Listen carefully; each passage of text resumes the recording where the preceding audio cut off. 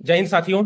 हर साल बीमा कंपनियां करोड़ों लोगों से प्रीमियम वसूलती हैं, लेकिन क्लेम की बारी जब आती है तो आम आदमी को सिर्फ दफ्तरों के चक्कर, लंबी कानूनी कार्रवाई और रिजेक्शन झेलने पड़ते हैं। जो कहते हैं हम आपका साथी हैं, या फिर हम आपके भविष्य के साथ हैं, या फिर हम आपके मुश्किल समय में काम आएंगे, ऐसे लोग सिर्फ और सिर्फ ये सब जो है सब लुभावने नारे हैं पैसा लेने के लिए। साथियों, कुछ हम आंकड़े और तथ्य को देख लेते हैं। 2023-24 की अगर हम बात करते हैं तो इसमें 2.92 करोड़ नई जीवन बीमा पॉलिसियां खरीदी गई।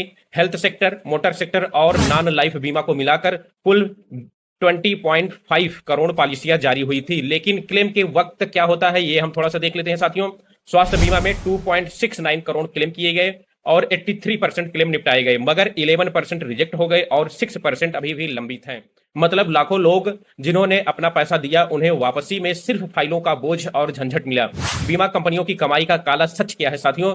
फाइनेंशियल ईयर 2023-24 में जीवन बीमा कंपनियों ने कुल 3.78 लाख करोड़ का प्रीमियम वसूला, और जो गैर जीवन बीमा कंपनियां हैं जैसे कि मोटर सेक्टर हो गया, फिर हेल्थ सेक्टर हो गया, ये सब मिला के 2.9 लाख करोड़ रुपए प्रीमियम वसूले थे।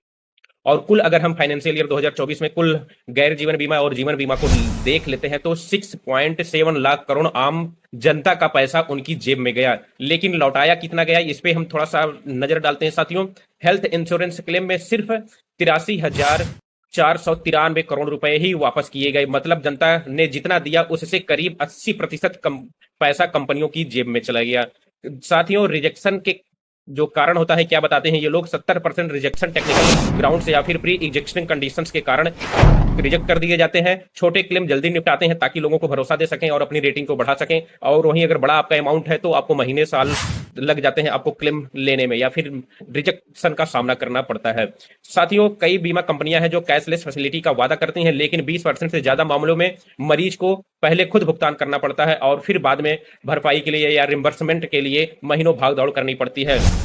कंपनियां अपने आईसीआर यानी क्लेम सेटलमेंट रेशियो को हाई दिखाती हैं। असल में ये केवल छोटे आसान क्लेम पर आधारित होती हैं। बड़े महंगे क्लेम में रिजेक्शन या फिर लंबित रहना आम बात है। साथियों, कॉन्ट्रैक्ट लैंग्वेज इतने टेक्निकल इनके होते हैं कि आम आदमी के समझ में ही नहीं आता, और छोटे छोटे फॉल्ट या फिर छोटी छोटी कमियां निकालकर कंपनियां रिजेक्ट करने में माहिर होती हैं।